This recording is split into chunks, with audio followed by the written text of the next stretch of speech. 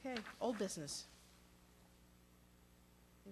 Okay, it kind of segues into what Paul was just talking about, and that's the FEMA maps. I was reviewing some of the correspondence back and forth from, I'm not going to try to pronounce her name, the task manager at AMEC, Earth and Environmental, about whether or not Old Skunky should be or should not be zoned as an X or a 10-year or 100-year, floodplain.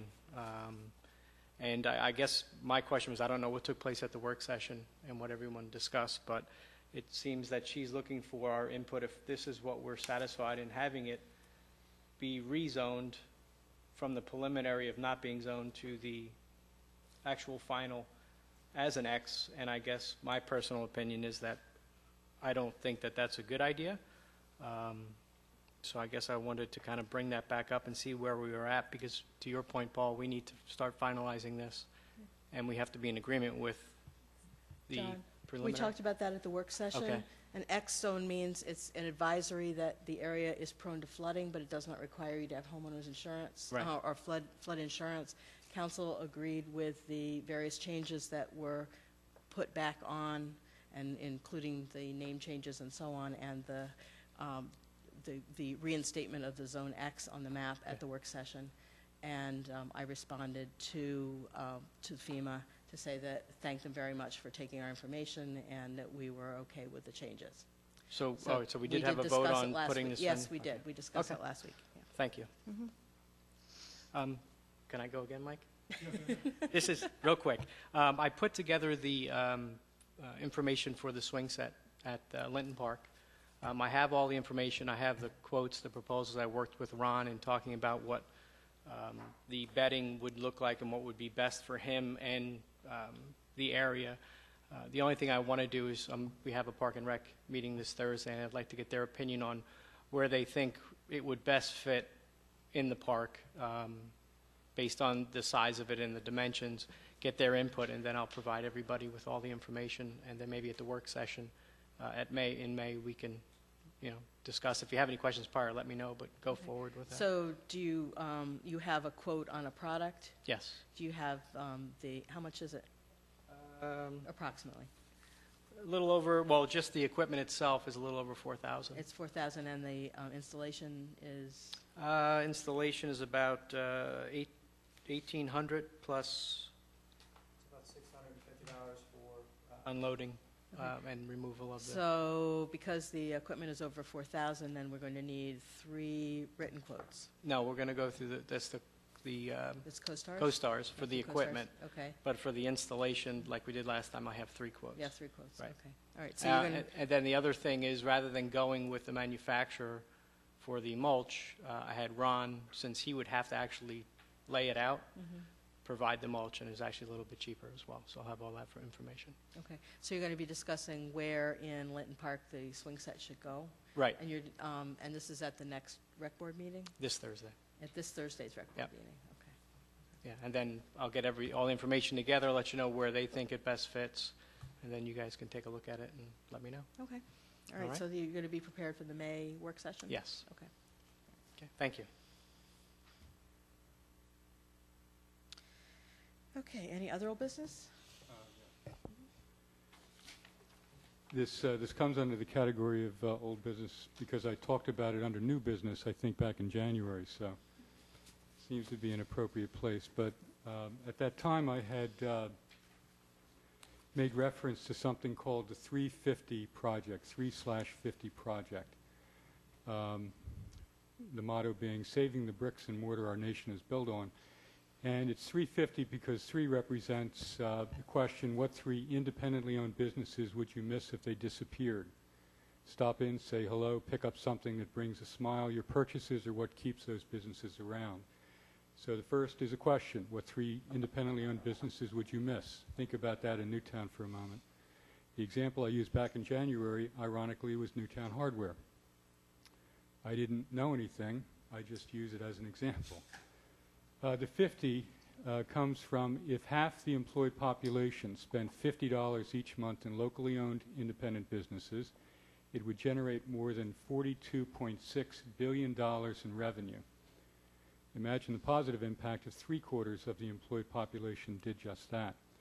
So lo and behold, what we had with a front page article in the Advance, the March 31st, April 6th edition, was a headline, "We don't want to see it go out of business." And of course, it was Dave Callahan speaking to the hard times that he has found his own businesses in. So it naturally returned me to the idea that in the end, our locally owned and independently owned businesses rely upon the people in this town to support them, to keep them going. And it's all the more important to me because a business like Newtown Hardware, I'm using a metaphor here, is a little bit like the canary in the coal mine, which is to say it's a business that would be one of the three I think we would miss in town because it is unique. It is so much the fabric of the community, and if it were gone, we'd really feel the loss. So it's a good time, I think, for us to refocus on something. It turns out this 3/50 project has done that, and to kind of spread the word locally within Newtown itself, Newtown Borough proper, that if we don't want to see bad things happen to our business district, then the time is now to dedicate ourselves to actually spending a certain amount of money each month. And if we do that, it's going to hopefully assure the vitality, the continued vitality of our business district.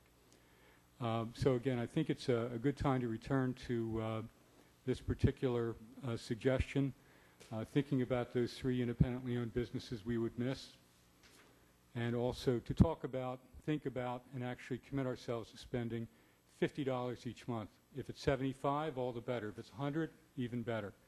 But I think we've got to, as a town, recognize that the businesses, the places we walk to, some of us work at, certainly we buy things there and enjoy the products and the services. But something else also, which a resident reminded me of just this past week, and that is the cold fact that it keeps our property values up. People come to Newtown Borough because that business district is a pleasant place to walk, to visit shops, to go to restaurants.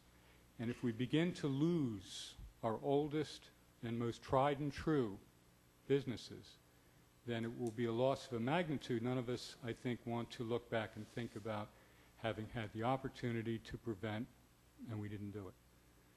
So the solution lies in just committing ourselves to spending more on our own business district, not going over to Gennardi's shopping center, not going to the mall if we can find it right here. So I mention this again to council and for purposes of our televised meeting, because if people think about it and hopefully recognize the need, then indeed they will spend at least that $50 a month on a continuing basis. And if we do that, we're going to assure the continuation of our business district and places like Newtown Hardware we do not want to lose. Any other old business? I applaud your comments, Mike, but I'm struggling with those comments as it relates to 60,000 square feet of retail space coming into the 9 acres on the Stockburger property, and how we adjudicate what you just said in terms of our shopping district and the 60,000 square feet, which is why I think we need to have a lot of diligence on our parts to make sure that we don't lose those things on State Street. And if my memory serves me correctly, the direction that the new development is taking is kind of going to be steering pedestrians or steering consumers over Sycamore onto Center and into, to coin a phrase, Warren Way, where the retail stores are going to be. And my concern is that they're going to be bypassing a major portion of State Street, perhaps having more of an impact, more of a negative impact on our jewel right now if we allow 60,000 square feet of retail space to go in. I think that's an excellent question, and I think that's one that we as a council ultimately are going to be the ones to answer. However, I think the opposite may also be true. And if you talk to people in the business district right now about whether Stocking Works 2 is a value-added project or not, what I've heard is that it is a value-added project. And the reason for that is very simply that the business district as a whole becomes larger, becomes more vibrant, becomes more diverse. And what's been expressed to me, just anecdotally, but still expressed to me, is that Newtown Borough becomes more of a destination because the diversity is greater. And if that is true, then our existing business district, which we know to be going through hard times and we know to be struggling, may in fact be a wonderful beneficiary of this project. That said, these are all questions, and I think you raise a very important one, we've got to look at to see if it's something that in the end will be good for the town in many ways. The trade-offs with uses always have pluses and minuses. Certainly having more activity on a continuing basis in the evening when the office workers go home is good. But then again, there are the other issues in terms of revenue and traffic, which have to be considered as well. So we should look at all these and decide in the end if it's going to be beneficial or not. And that conversation obviously is starting now. There's no offices going to be there. That's right. I'm saying once you have that change in use, that the conversation is altered. I just don't want the State Street that you picked. Well, right. And as I say, I think the conversation has to be what are the pluses, what are the minuses. But again, what I've heard is that for a struggling business district, it makes the town more of a destination, expands the business district as it is to something it has never been before, and that is with a much, much greater diversity. So if more people come here to shop and more people come here to enjoy the Newtown experience with the old and the new, that may turn out to be a plus that we can only imagine in the future. But it's a conversation we're going to have as time goes on.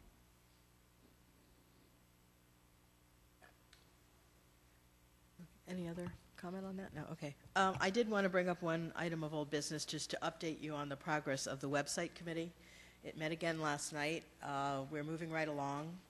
The group is now looking at putting together an RFP. We know we have a limited budget of what we can spend on developing a new website, so it's more than fairly lean. It is very lean.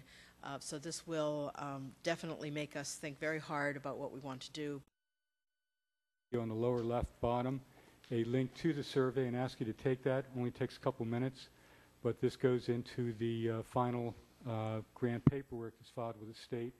The better the participation, the better the exchange of ideas that are received, and also the state will be impressed. Is that NewtownCreekCoalition.org? That's what I said, wasn't it? I did. What did I say? Newtown Coalition. NewtownCreekCoalition.org. Yeah, okay. Thank you. You're welcome.